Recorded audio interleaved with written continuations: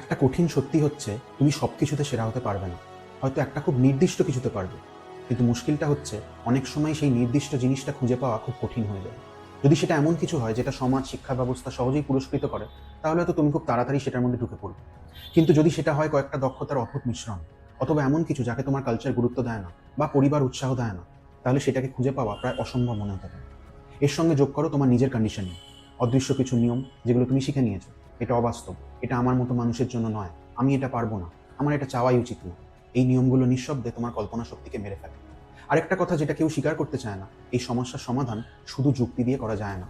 শুধু বিশ্বাস, ডিভোশন আর নিজের উপর প্রায় অযৌক্তিক এক আস্থা তোমাকে এই রাস্তাটা পার করাতে পারে। এই কারণেই এত কম মানুষ নিজের প্রকৃত কাজটা খুঁজে পায়। আর এই কারণেই বেশিরভাগ মানুষ নীরব দাসত্ব মেনে নেয়।